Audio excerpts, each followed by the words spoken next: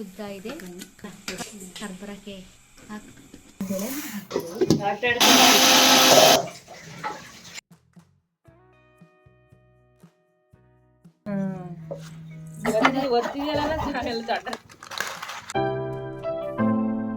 Hi friends, welcome back. ಇವತ್ತಿನ special ಕರುಂಡಿ ಹಪ್ಪಳ. ಮೊದಲು ನಾವೇನ್ ಮಾಡ್ತಿದ್ದೇವೆ ಅಂತ ಹೇಳಿದ್ರೆ, ಒಂದು ದೊಡ್ಡ ಪಾತ್ರೆ ತಗೊಂಡಿದೀವಿ, ಅದಕ್ಕೆ 1 ಸ್ಪೂನ್ ಅಷ್ಟು ಎಣ್ಣೆನ ಹಾಕೊಳ್ತೇವೆ, ತಳ ಹಿಡಿಬಾರ್ದು ಹಿಟ್ಟು ಅಂತ ಹೇಳಿ. ಸೊ ಅರ್ಧ ಪಾತ್ರೆಯಷ್ಟು ನಾವು ನೀರನ್ನ ಹಾಕೊಳ್ತೇವೆ. ನೋಡ್ಬೋದು ನೀರು ಚಳಮಳ ಮಳತಾ ಇದೆ. ಆವಾಗ ನಾವು ರುಚಿಗೆ ತಕ್ಕಷ್ಟು ದೊಡ್ಡ ಉಪ್ಪು ಹಾಕೊಳ್ತೇವೆ. ಆಮೇಲೆ ನಾವಿಲ್ಲಿ ಕರುಂಡಿಯನ್ನ ಹಾಕೊಳ್ತೇವೆ. ಕರುಂಡಿ ರೆಸಿಪಿ ಬೇಕು ಅಂದ್ರೆ ಕಮೆಂಟ್ ಸೆಕ್ಷನ್ ಅಲ್ಲಿ ತಿಳಿಸಿ, ಆಯ್ತಾ. ಆಮೇಲೆ ಎಷ್ಟು ಬೇಕೋ ಅಷ್ಟು ನೋಡ್ಕೊಂಡು ಹಾಕೊಂಡ್ವಿ. ಇಲ್ಲಿ ಏನಿಲ್ಲ ಅಂದ್ರೆ 1.5 ಸ್ಪೂನ್ ಅಷ್ಟು ಹಾಕೊಂಡ್ವಿ. ಅದಾದ್ಮೇಲೆ ನಾವು ಇಲ್ಲಿ ಸಬ್ಬಕ್ಕಿನ ರಾತ್ರಿ ನೆನೆಸಿಟ್ಟಿದ್ವಿ ಸ್ನೇಹಿತರು. ನೋಡ್ಬಹುದು, 1 ಬೌಲ್ ಅಷ್ಟು ಸಬ್ಬಕ್ಕಿನ ನೆನೆಸಿಟ್ಟಿದ್ವಿ. ಅದನ್ನು ಕೂಡ ನಾವು ಕೈಯಲ್ಲೇ ಸ್ಮ್ಯಾಶ್ ಮಾಡಿ ಕುದಿಯುವಂತ ನೀರಿಗೆ ಹಾಕೊಳ್ತಾ ಇದೀವಿ. ನೋಡಬಹುದು. ಸೊ ಇದು ಸ್ವಲ್ಪ ಹೊತ್ತು ಕುದ್ದ ಮೇಲೆ ನಾವ್ ಏನ್ ಮಾಡ್ತಾ ಇದೀವಿ ಅಂತ ಅಕ್ಕಿ ಹಿಟ್ಟನ್ನ ತಗೊಳ್ತಾ ಇದೀವಿ ಸ್ನೇಹಿತರೆ. ನಾವಿಲ್ಲಿ 3 ಸೇರು ಅಕ್ಕಿ ಹಿಟ್ಟನ್ನ ತಗೊಳ್ತಾ ಇದೀವಿ, ಏನು ಕರುಂಡಿ ಹಪ್ಪಳ ಮಾಡ್ಬೇಕಂತ ಹೇಳಿ. ಸೊ ನೀಟಾಗಿ ಇದು ಕೂಡ ಕುದಿಬೇಕು, ಕುದ್ರೆ ಮಾತ್ರ ಸಖತ್ತಾಗಿ ಬರುತ್ತಲ್ವಾ. ಸೊ ನೋಡ್ಬೋದು ಕುದಿಲಿಕ್ಕೆ ಸ್ಟಾರ್ಟ್ ಆಯ್ತು. ಸೊ ಅದಾದ್ಮೇಲೆ ನಾವ್ ಇದಕ್ಕೆ ಒಂದ್ ಸ್ವಲ್ಪ ಅಜ್ವಾನ ಹಾಕೊಳ್ತಾ ಇದೀವಿ. ಕಾಲ್ ಗಂಟೆ ಕುಡಿದ್ರೆ ಸಾಕು. ತಟ್ಟೆ ಮುಚ್ಚಿ ಕುದಿತಾ ಐತಿ. ಕುದಿಲಿ ಇನ್ನೂ ಸ್ವಲ್ಪ ಹೊತ್ತು. ಉದ್ದಿನಬೇಳೆ ಹಾಕ್ತಿದ್ದೀವಿ. 1 ಲೋಟ, ಈ ಲೋಟದ 1 ಲೋಟ. ಚಕ್ಕೆ, ಒಂದಿಷ್ಟು ಚಕ್ಕೆ, ಜಾಪತ್ರೆ, ಮೆಣಸು, ಏಲಕ್ಕಿ, ಲವಂಗ ಚೆನ್ನಾಗಿ ಸ್ವಲ್ಪ ಬಿಸಿ ಮಾಡ್ಕೋಬೇಕು, ಪುಡಿ ಚೆನ್ನಾಗಿ ಅಂತ. ಸ್ವಲ್ಪ ಬಿಸಿ ಮಾಡ್ಕೊಂಡ್ರೆ ಪುಡಿ ಚೆನ್ನಾಗಿ ಹಾಕಿ. ಲೋಟ ಧನಿಯಾ, ಅರ್ಧ ಲೋಟ ಕೊತ್ತಂಬರಿ ಕಾಳು, ಧನಿಯಾ.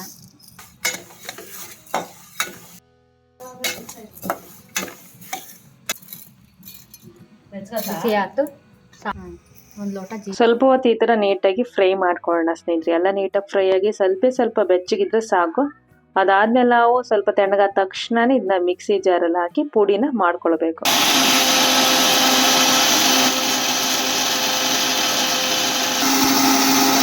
ನಂತರ ಮಿಕ್ಸಿ ಜಾರಿಗೆ 5 ಎಸಳಷ್ಟು ಕರಿಬೇಳೆ, ಆಮೇಲೆ 8 ಬೆಳ್ಳುಳ್ಳಿ, ಅರ್ಧ ಕಟ್ ಕೊತ್ತಂಬರಿ ಸೊಪ್ಪು ನೀಟಾಗಿ ಎಲ್ಲ ಹಾಕಿ ಇದನ್ನ ನಾವು ಮಿಕ್ಸಿ ಇಟ್ಕೊಳ್ಬೇಕು ಸ್ನೇಹಿತರೆ. ಡ್ರೈ ಇರೋದನ್ನೇ ಫಸ್ಟ್ ಮಿಕ್ಸಿ ಇಟ್ಕೊಳ್ಳೋಣ ಬನ್ನಿ. ಸ್ವಲ್ಪ ರುಬ್ಬಿದ ಮೇಲೆ ನಾವು ಇದಕ್ಕೆ ನೀರನ್ನ ಹಾಕೊಂಡು ಮತ್ತೆ ಇದನ್ನ ರುಬ್ಕೊಳ್ಬೇಕು ಸ್ನೇಹಿತರೆ. ಸೊ ಈ ತರ ನಾವು ನೀಟಾಗಿ ಇದನ್ನ ನುಣ್ಣಗೆ ಪೇಸ್ಟ್ ಆಗಿ ಮಾಡ್ಕೊಳ್ಬೇಕು. ನೋಡ್ಬೋದು, ಸೊ ಫೈನಲಿ ಪೇಸ್ಟ್ ಆಗೇ ಹೋಯ್ತು.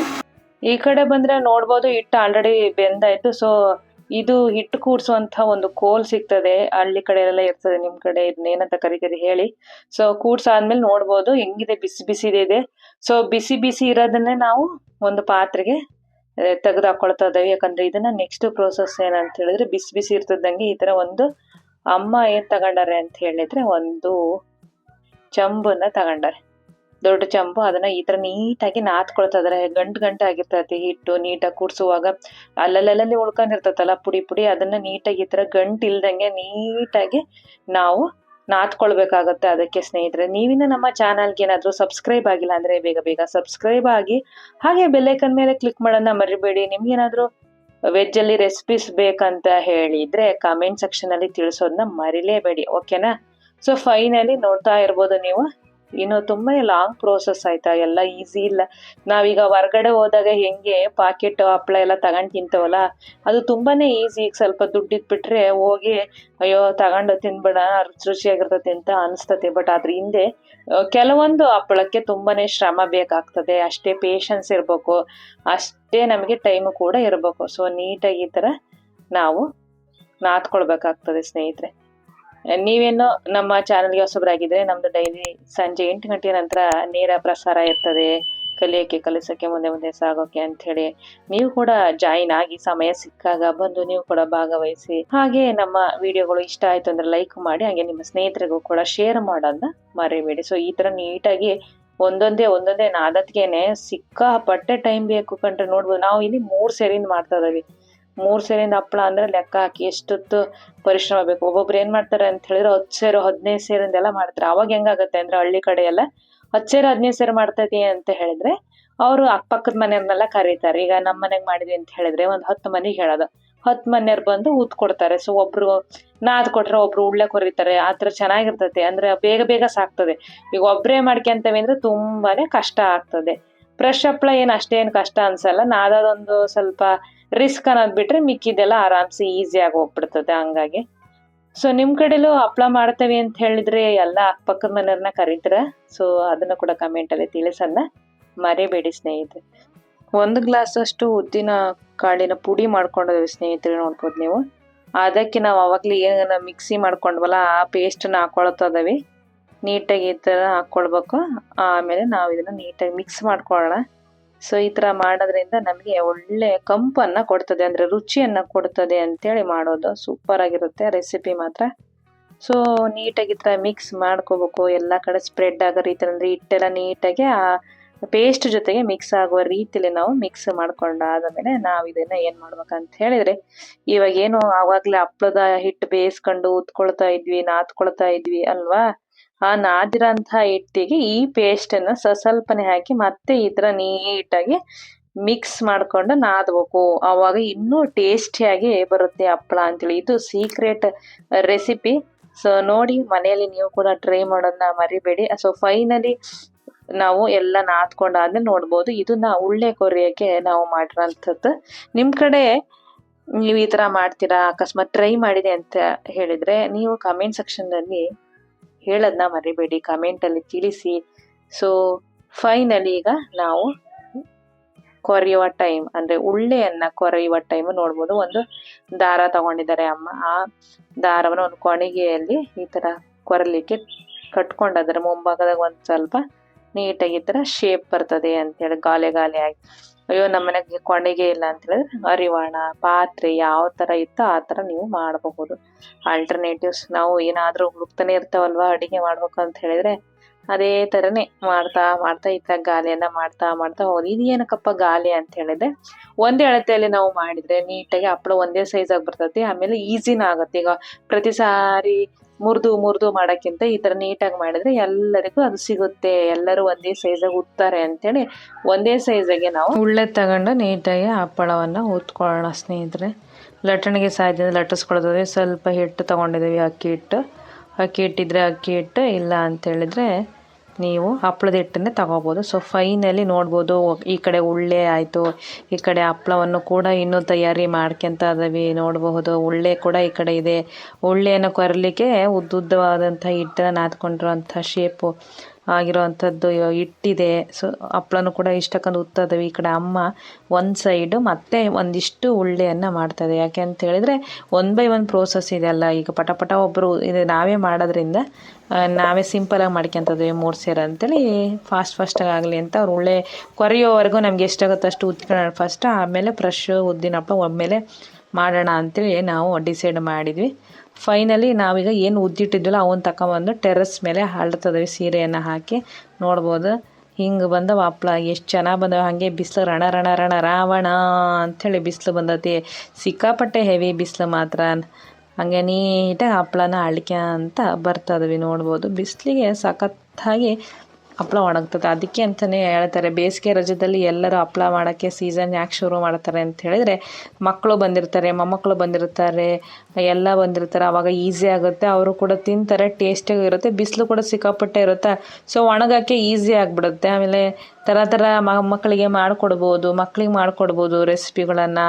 ಆಮೇಲೆ ಈಗ ಮಾಡಿಟ್ರೆ ಆರಾಮಾಗಿ ನೀಟಾಗಿ ಒಣಗಿಸ್ಕೊಂಡು ಸ್ಟೋರ್ ಮಾಡಿ ಇಟ್ಕೊಂಡ್ಬಿಟ್ರೆ ಬೇರೆ ರಿಸ್ಕ್ ಇರಲ್ಲ ಅಂಥೇಳಿ ಮಾಡ್ತಾರೆ ಅಲ್ವಾ. ಸೊ ಫೈನಲಿ ನೋಡ್ಬೋದು, ಈಗ ಉದ್ದಿನ ಹಪ್ಪಳ ಮಾಡ್ತಾಯಿದ್ವಿ, ಈಗ ಪ್ರೆಸ್ ಹಪ್ಪಳನೂ ಕೂಡ ಮಾಡ್ತದೆ. ಪ್ರೆಸ್ ಮೇಕರ್ ಇದೆ ನೋಡ್ಬೋದು. ಅದಕ್ಕೆ ನಾವೇನು ಮಾಡ್ತೇವೆ, ಒಂದು ಶೀಟಿಗೆ ನೀಟಾಗಿ ಎಣ್ಣೆಯನ್ನು ಸ್ಪ್ರೆಡ್ ಮಾಡ್ಕೊಳ್ತಿದ್ದೀವಿ.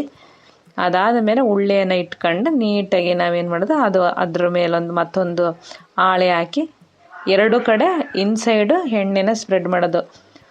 ಆಯಿತಾ.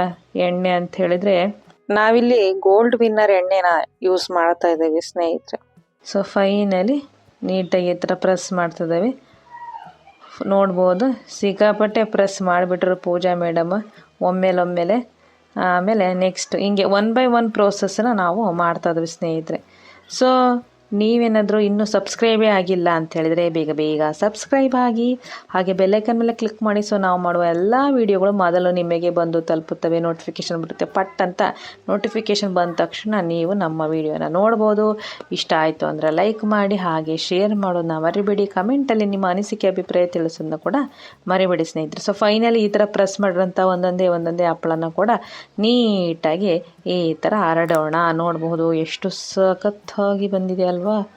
ಫೈನಲಿ ನೋಡ್ಬೋದು, ಫಸ್ಟ್ ಇನ್ನೊಂದು ಚೂರು ಇದಾಗ್ಬಿಡುತ್ತೆ, ಯಾಕಂದರೆ ಹೆವಿ ಪ್ರೆಸ್ ಮಾಡಿಬಿಟ್ಟಿದ್ರು ಪೂಜಾ ಅವರು. ಸೊ ನೋಡ್ಬೋದು ಒಮ್ಮೊಮ್ಮೆ ಈ ಥರ ನೀಟಾಗಿ ಎಲ್ಲ ಪಕ್ಕದಲ್ಲಿ ಹರಡ್ತದವೆ, ಅಂದರೆ ಸ್ವಲ್ಪ ಗ್ಯಾಪ್ ಕೊಟ್ಟು ಹರಡ್ತದವೆ, ಯಾಕಂದರೆ ಹತ್ತಿಗೆ ಹಾಕಿದರೆ ಹಿಡಿದುಕೊಳ್ತದೆ ಅಂಥೇಳಿ.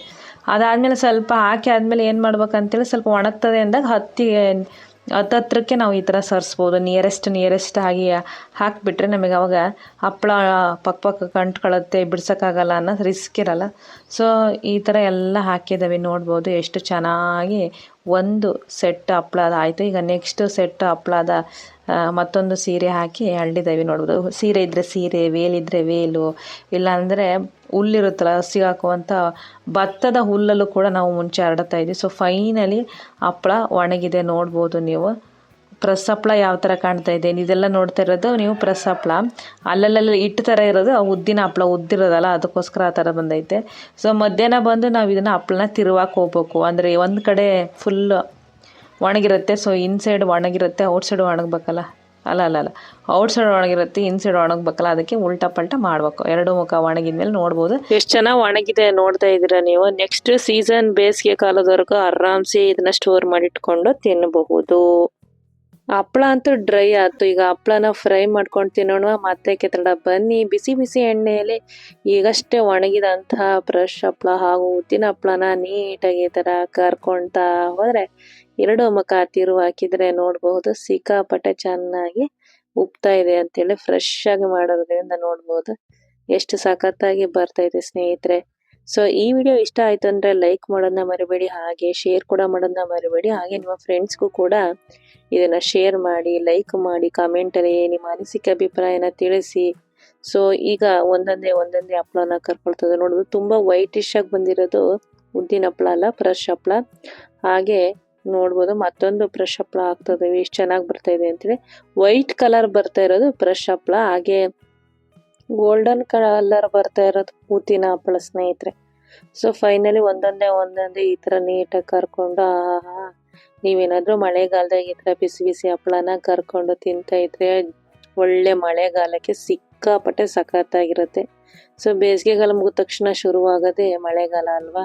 ಸೊ ಅದಕ್ಕೋಸ್ಕರನೇ ಹಿಂದಿನ ಕಾಲದಾಗೆ ಬೇಸಿಗೆಗಾಲದಲ್ಲಿ ನೀಟಾಗಿ ಈ ಥರ ಹಪ್ಪಳ ಮಾಡಿಟ್ಟು ವರ್ಷಕ್ಕಾಗವಷ್ಟು ಸ್ಟೋರ್ ಮಾಡೋರು. ಏನಂತೀರಾ ನೀವು ಕೂಡ ರಜಾ ದಿನಗಳಲ್ಲಿ ಸ್ಕೂಲ್ ಡೇಸ್ ಎಲ್ಲ ಇದ್ದಾಗ ಚೈಲ್ಡ್ಹುಡ್ಡಲ್ಲಿ ಹೋಗಿ ಅಜ್ಜನ ಮನೆಗೆ ಹಪ್ಪಳ ಮಾಡ್ತಿದ್ರ, ಅಥವಾ ನಿಮ್ಮ ಮನೇಲಿ ನೀವು ಹಪ್ಪಳ ಮಾಡ್ತಿದ್ರೆ ಅದನ್ನು ಕೂಡ ಕಮೆಂಟಲ್ಲಿ ತಿಳಿಸಿ ಆಯಿತಾ. ಸೊ ಫೈನಲಿ ಈ ಥರ ಒಂದೊಂದೇ ಕರೆದು ಆಯಿತು, ಫ್ರೈ ಆಗೇ ಹೋಯಿತು. ಸೊ ಫೈನಲಿ ಇದನ್ನ ನಾವು ಏನು ಮಾಡೋಣ ಅಂತ ಹೇಳಿದ್ರೆ ಟೇಸ್ಟ್ ಮಾಡೋಣ ಅಲ್ವಾ. ಸೊ ಟೇಸ್ಟ್ ಮಾಡೋದ್ರ ಜೊತೆಗೆ ಇನ್ನೊಂದಿಷ್ಟು ಕರ್ಕೊಳ್ತಾ ಹೋಗೋಣ, ಯಾಕಂದರೆ ಟೇಸ್ಟ್ ಮಾಡೋಕ್ಕೆ ಒಂದಿಷ್ಟು ಸಾಕಾಗಲ್ಲ. ಹಂಗಾಗಿ ನಾವು ಒಂದಿಷ್ಟು ಹಪ್ಪಳವನ್ನು ಫ್ರೈ ಮಾಡ್ಕೊಳ್ತಾ ಇದ್ದೀವಿ. ಫೈನಲಿ ಹಪ್ಪಳವನ್ನು ಫ್ರೈ ಮಾಡಾತು ನೋಡ್ಬೋದು. ಹಿಯರ್ ವಿ ಹ್ಯಾವ್ ಫ್ರೆಶ್ ಹಪ್ಪಳ, ಉದ್ದಿನ ಹಪ್ಪಳ ತಯಾರಾಗಿದೆ. ಬರ್ರಿ ಟೇಸ್ಟ್ ಮಾಡೋಣ. ನೋಡ್ಬೋದು ಎಷ್ಟು ಚೆನ್ನಾಗಿ ಬಂದಿದೆ ಅಂತೇಳಿ ನೋಡ್ತಾ ಇದ್ರ. ನೋಡ್ಬೋದು ಇದು ಉದ್ದಿರುವಂತ ಹಪ್ಪಳ ಹೆಂಗಿದೆ ಅಂತ ಹೇಳಿ. ಹಾಗೆ ಕೆಳಗಡೆ ಇರೋದು ಪ್ರೆಸ್ ಮಾಡಿರೋ ಅಂತ ಹಪ್ಪಳ ಸ್ನೇಹಿತರೆ. ಬನ್ನಿ ಇದು ಟೇಸ್ಟ್ ಹೇಗಿದೆ ಅಂತ ನೋಡೋಣ. ನೋಡ್ಬೋದು ಕರ ಸೌಂಡ್ ಎಷ್ಟು ಚೆನ್ನಾಗಿ ಬರ್ತಾ ಇದೆ ಅಂತ ಹೇಳಿ. ಸಖತ್ ಟೇಸ್ಟಿ ಆಗಿದೆ ಈ ಹಪ್ಪಳ ಅಂತೂ, ಸಿಕ್ಕಾಪಟ್ಟೆ ಸಖತ್ತಾಗಿ ಬಂದದ್ದು.